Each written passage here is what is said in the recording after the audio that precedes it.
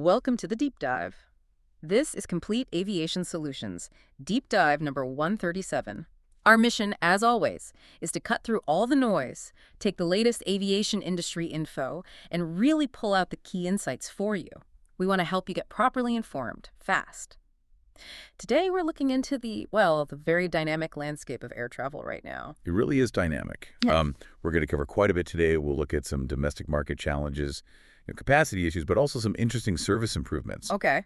Then shift to global safety trends, some important data there, and even touch on some really exciting new ventures in flying. It's quite a diverse picture. Yeah, it sounds like a lot going on. Okay, let's unpack this Hmm. and dive into what's happening up in the skies. Let's kick off with something maybe a bit surprising about domestic aviation. You know, airports feel packed, right? Yeah. You'd think things are totally back to normal pre-pandemic levels. But the numbers tell a slightly different story. While passenger numbers in Australia are back, the number of actual seats flying hasn't quite caught up. That's right. And what's fascinating here is how this gap, this supply-demand imbalance hits you, the traveler. So get this. In June 2025, seat capacity flown by the major players was actually 2.8% lower than back in June 2019. Lower. Wow. So why is that? Well, a big part of it is Tiger exiting the market in 2020. That took out a chunk of low-cost capacity. And Rex also cut back some regional services. The result, fewer seats available just as demand returned, and, well, that likely means people are paying more. Right, basic economics. Exactly. And here's something interesting. Jet fuel prices actually fell 12.3% in the year to June 2025. Okay, so fares should have dropped. You'd think. But average airfares were still slightly higher than the year before. That really points to the capacity squeeze, doesn't it? It certainly seems to. So is that squeeze the main reason for higher fares, even with cheaper fuel, or is there more to it? Good question. I mean, the supply-demand thing is definitely a major driver, but you also have less competition without Tiger Air and, general inflation affecting costs across the board. But yeah, the core issue is fewer seats for the same or even more passengers. It just gives airlines more pricing power. Makes sense. But is there any relief in sight? What about future capacity? There is some movement. After years of, delays and supply chain headaches, both Qantas Group and Virgin Australia are expecting new planes in the second half of 2025. Okay, that's good news. And Qantas Group gets a boost because they're closing Jetstar Asia. Those 13 aircraft are coming back to Australia and New Zealand routes. Ah, right. So more planes equals more seats. Problem solved. Not so fast. Yeah. Here's where it gets interesting. While new planes are definitely coming, the airlines have sort of indicated the first priority isn't massive expansion. They'll mostly use these new and redeployed planes to replace older ones and ones they've been leasing. So it's more about updating the fleet first. It's exactly.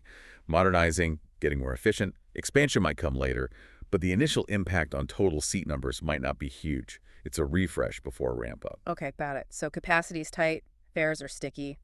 But what about the actual experience of flying? Any good news there? Actually, yes.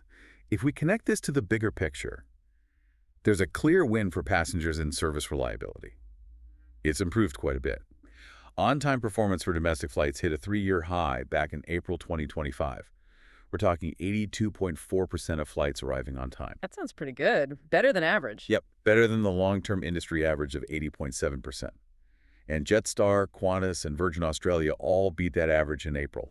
Virgin Australia actually had really impressive numbers in April and May 2025, 84.4% and 84.8% on-time arrivals.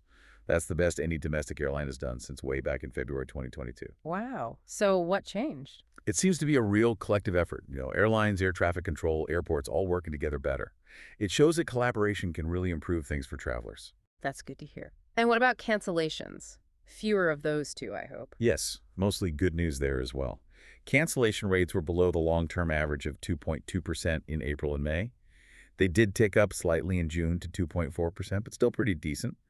Virgin Australia and Jetstar were particularly strong, canceling only 0.7% of flights in April. Really low. Okay, but you said mostly good news. Well, yeah. We should mention Qantas had a higher cancellation rate during that period. It was 2.7% in April, 2.9% in May, and then 3.5% in June. That's more than double the average of Jetstar and Virgin Australia for that quarter. So a bit of variation between airlines. Right. Something for travelers to keep in mind. Definitely.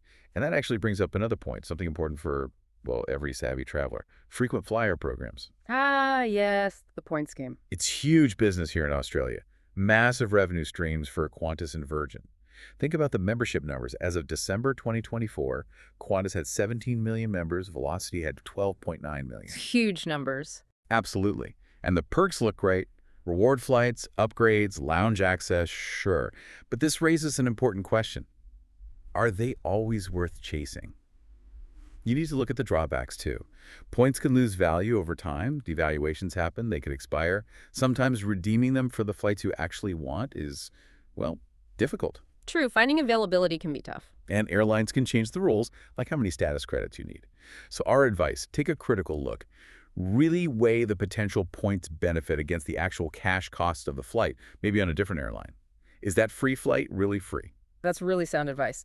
Definitely something to think about next time I'm booking.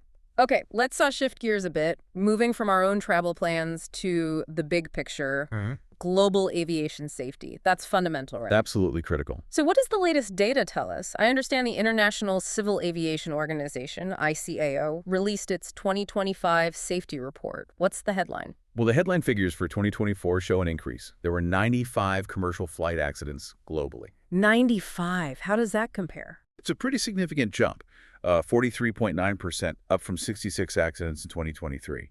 And tragically, 10 of those accidents were fatal, leading to 296 deaths. That's also up from 72 fatalities the previous year. Oof, and the rate. The global accident rate also increased. It was 2.56 accidents per million departures in 2024 compared to 1.87 in 2023. Okay, those numbers sound concerning on the surface. An increase in accidents, fatalities, and rate. They do, but it's really important to add context here so we don't cause unnecessary alarm. Despite that year-on-year increase, both the total number of accidents and the accident rate are still lower than they were pre-pandemic back in 2019. Right, okay, so compared to before COVID, things are still relatively better. Yes. And you have to remember the sheer scale here. The global aviation system handled record traffic in 2024. We're talking 4.53 billion passengers, over 37 million flights. Well, that's enormous volume. It is. So while any increase deserves serious attention, ICAO emphasizes that aviation remains, by far, the safest mode of transport. The long-term trend is still one of continuous safety improvement, but it does underscore that constant vigilance and effort are needed to push towards that goal of zero fatalities, even in an incredibly safe system. That context definitely helps frame it. Still, that jump from 2023 to 2024 is notable. Did ICA identify any specific areas driving that increase? Where are the biggest challenges right now? You did. They highlighted 4 main high-risk categories.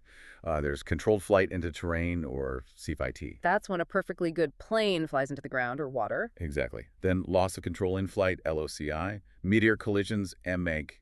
Thankfully rare but high consequence. And runway incursions, RI things, being on the runway when they shouldn't be. Together, those 4 categories accounted for a quarter of all fatalities and 40% of the fatal accidents in 2024. Okay. And what about non-fatal incidents? Here's something interesting. Turbulence. It was the single biggest cause of serious injuries to passengers and crew, nearly 3/4 of the total. Really? Turbulence causes that many injuries? Serious ones, yes. And ICAO included a warning here. Climate change might actually increase how often severe clear air turbulence happens. That's concerning. Another emerging threat mentioned. Yes, interference with satellite navigation systems, GNSS. Things like jamming, where the signal is blocked, or spoofing, where fake signals are sent. This can mess with the plane's navigation systems. And worryingly, these incidents aren't just happening in conflict zones anymore. They're popping up elsewhere, too. That adds another layer of complexity. It does. Regionally, Asia-Pacific and the Europe-North Atlantic regions each had 3 fatal accidents in 2024. Asia-Pacific saw the highest number of fatalities, 185. But ICAO isn't just reporting this, they're acting. They're pushing forward global plans for runway safety, better real-time turbulence monitoring, new guidelines to protect navigation systems. So they're being proactive? Very much so. Strengthening data analysis for prevention, better civil-military cooperation, and even developing rules for drones and those new air taxis, or AAMs. It's a broad approach to tackle existing and future risks. That's reassuring to hear about the proactive steps. Okay, so we've covered domestic markets, global safety. Let's shift gears now to something a bit more, well, exciting. New developments in aircraft and airline concepts. Let's unpack the return of a giant and maybe a whole new way to fly.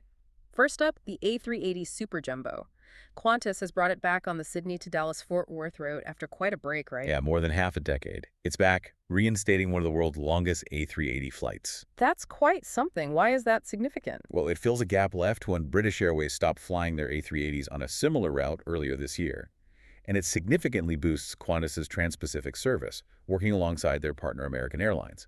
Plus, the A380 just offers more seats, especially more premium seats, and extra cargo space too. It's a capacity injection. And it's not just Qantas feeling the A380 love again. Not at all. Lufthansa started flying the A380 from Munich to Denver back in April 2025. That's the first regular A380 service Denver's seen. Huge plane, 509 seats, lots of premium options. And Etihad expanded its A380 routes too, putting it on daily Abu Dhabi-Toronto flights from late June 2025.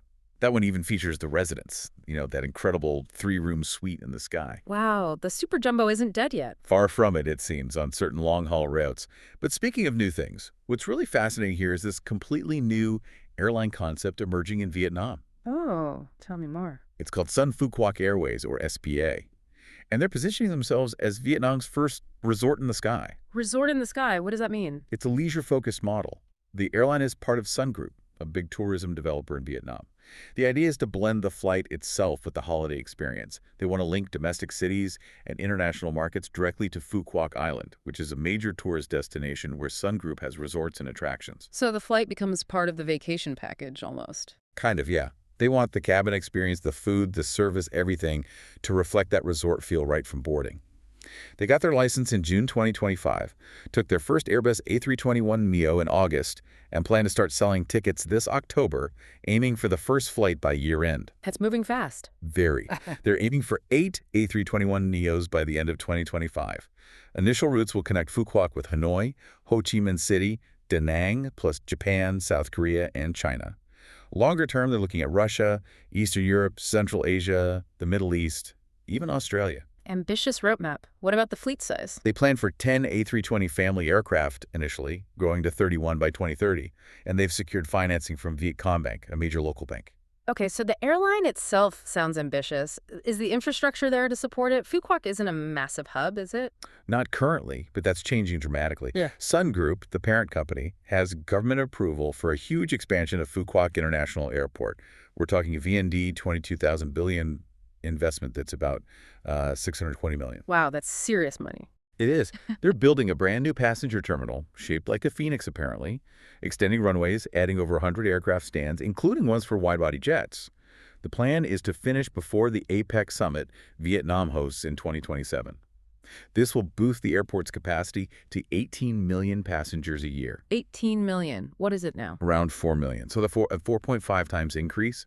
It's a massive bet on Phu Quoc and this integrated tourism model. Incredible. That's a huge vote of confidence. Okay, so we've really covered some ground today, from the complex recovery in domestic markets, capacity still lagging, but service getting better, to those really crucial global safety insights from ICAO. And finishing with these exciting developments like the A380's comeback and this whole new resort in the sky idea. Yeah, zooming out to the bigger picture, it's really clear the aviation industry is in this complex phase. It's recovery, yes, but also major innovation and definitely a renewed, sharp focus on safety using data, all while trying to juggle changing passenger needs and, well, a pretty dynamic world stage. Absolutely. And this raises an important question for you, our listener. Thinking about everything we've discussed, the capacity situation, the fares, the service improvements, these new airline models, how might you sort of rethink your own travel strategies? How can you maximize value and maybe minimize stress on your next trip, given how things are changing? That's a great thought to end on. Definitely food for thought for all of us planning travel. Thank you for joining us on this deep dive. We hope you found it insightful, and we encourage you to keep exploring the fascinating, always evolving world of aviation.